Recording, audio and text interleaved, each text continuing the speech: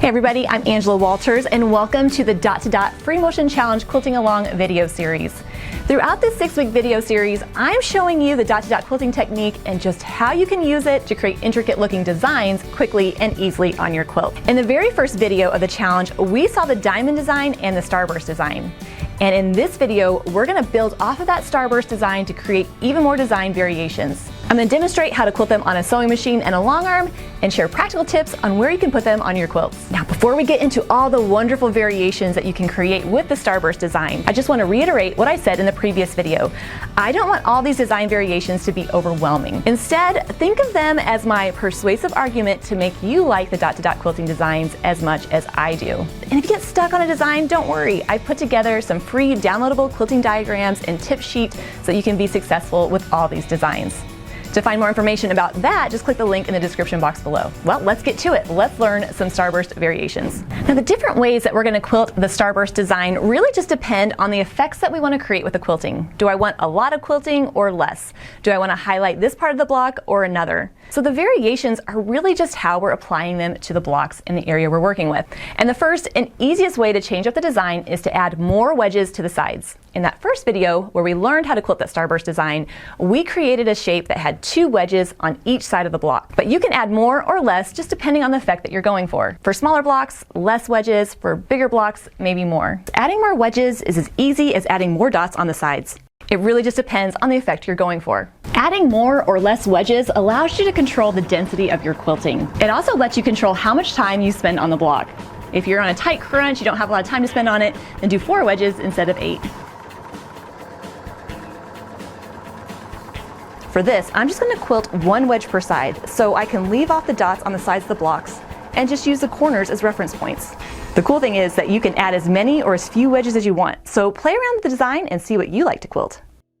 Besides adding more or less wedges to your block, you can also change the shape to create a different effect. Up to this point, we have quilted those wedges so that they split on the corners. But in this variation, we're going to join them together to create a different shape that highlights the corners of our blocks. So just like we'd quilt the regular starburst design, I'm going to start in the center and quilt my first wedge. Except this time, I'm going to aim for the dot that's on the middle of the side of the block.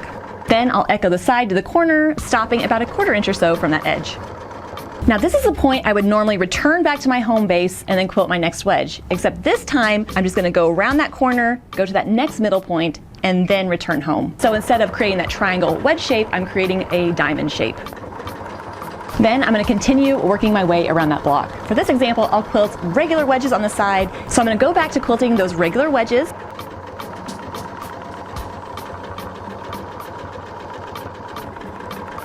Then I'll do the same on the other side, quilting that diamond-shaped wedge that's opposite from the first one. I love to keep the design symmetrical, so if I do something on one side, I try to do the same on the other. So angling out just like I normally would to keep those wedges nice and close to each other, echoing the side to the opposite corner, but instead of going home, I'm going to go on to the next dot and then return home. This is not a mind-blowing variation, but it is especially helpful if you have improvisationally pieced blocks, or blocks that have really long drawn-out ends to them, because I don't have to fit so many wedges in such a small area. Another benefit of this variation is that by combining a couple of those wedges together, I'm going to have a few less lines coming to the center of the block. So if the idea of really heavy quilting in the center of the block kind of makes you nervous, this variation might be the one for you. I love how it creates a motif sort of look while keeping it nice and easy. Now I'm sure it comes as no surprise to you that you can use this design in other shaped blocks as well. It looks great in squares, but I tend to use the starburst design more in triangles. When quilting this design in a triangle, you have to pick the spot where you want to put your home base, where all those lines are going to come to. And where all those lines are coming to is where your eye is going to be drawn. So be sure to use that to your advantage to highlight your favorite blocks or to hide or detract attention from others. So for instance, in this particular block, if I wanted to draw attention towards the outside of the area, I can put my home base in the center of the side and then quilt my wedges so that they extend from that home base and fill in the area. This is especially great for larger triangles like setting triangles or pieced blocks. Now for a slightly different example, I have the same size triangle. I just chose here to put my home base at the corner and quilt those wedges so that they extend from there. And that's really going to help draw attention to the center of the block. So if I pieced this and I didn't do a great job on that point, that is definitely not where I'm going to have all the lines go to. So I can put that home base on the side of the block, on any of the points, and I'm going to quilt those lines so that they just extend from there and fill the area. Other areas that you might find triangles on your quilt might be on blocks on point. So when I have a block on point like this, I have those nice big triangles. I can quilt those lines so that they aim towards the center and just help draw your eye to that area. I'm not going to try putting this in really tiny blocks because I'm going to need some room for it to develop. But don't worry, I have a variation I'll show you in a little bit on how to handle that. For this example, I'm going to quilt this triangle so that the home base for all my wedges is the midpoint on one of the sides. Once you picked out your home base, the design goes together just like the regular starburst. So I'm going to start by quilting a line directly across to the other side, stopping about 1/4 inch away from the edge, echoing the side, and then coming back home. I'm going to continue working, filling in 1/2 of my block with the wedges. And just like we saw with the other starburst designs, we can add as many wedges as we'd like. I like to go ahead and get one side quilted first so I can make sure the other side is symmetrical. Now by symmetrical, I don't mean that they're all exactly the same size. I just mean that if I have 3 wedges on 1/2 of my block, I want 3 wedges on the other. And once I have that half quilted, I'm going to do the same on the other side.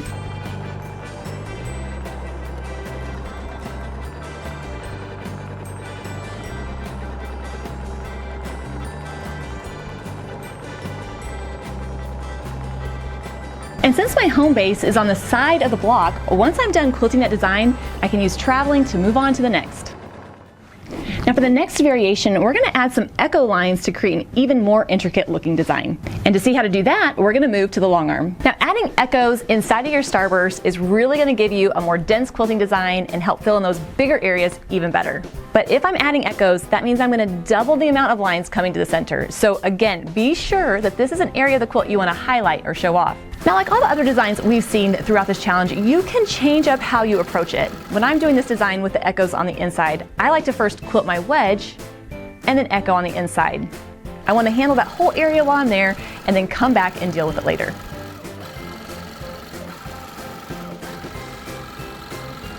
And what's really fun is you don't have to echo all of the wedges. You can echo half of the block, you can alternate, you can really come up with some different design ideas there.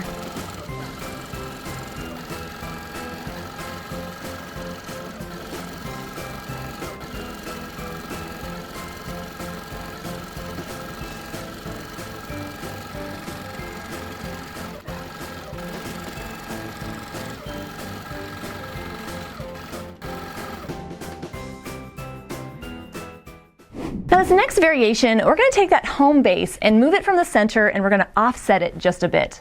Quilting that design so that that home base is moved away from the center will create a fun, wonky look and kind of give your quilting a little bit of a whimsical touch. And even though we're moving that home base, everything about the design is still the same. I'm still going to quilt a line that goes up to the opposite edge, echo the side, and then return home.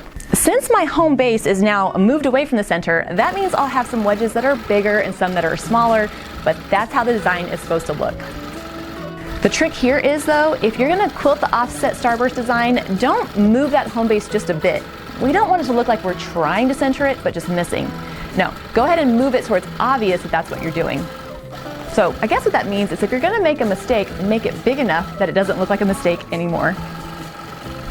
I love the idea of this for novelty quilts, for children's quilts, for something fun and funky, or if you're just struggling on hitting the perfect center of that block, this might be a great variation for you.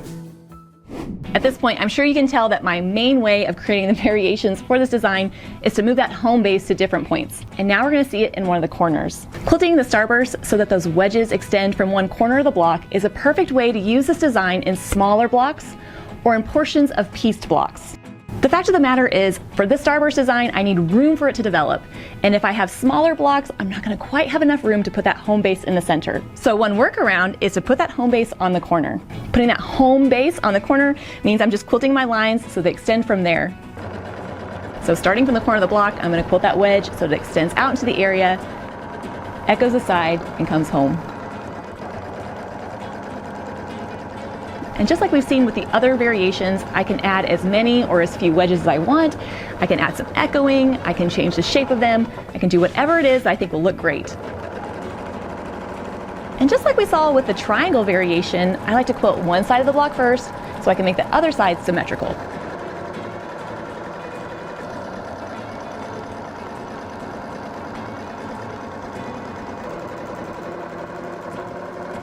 This variation allows you to use a starburst design with the same density as bigger blocks by simply moving that home base to a corner. And depending on the size of your block, you can add multiple wedges or even just one wedge.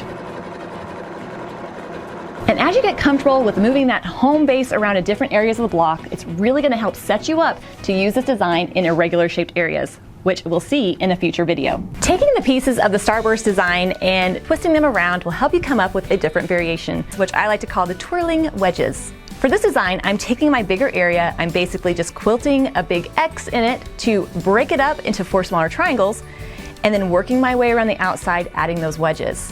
Now, we're really gonna see some stitching in the ditch with this design. And stitching in the ditch is just stitching along a seam or a previously quilted line. And I'm using that stitching in the ditch to maneuver my way around the block.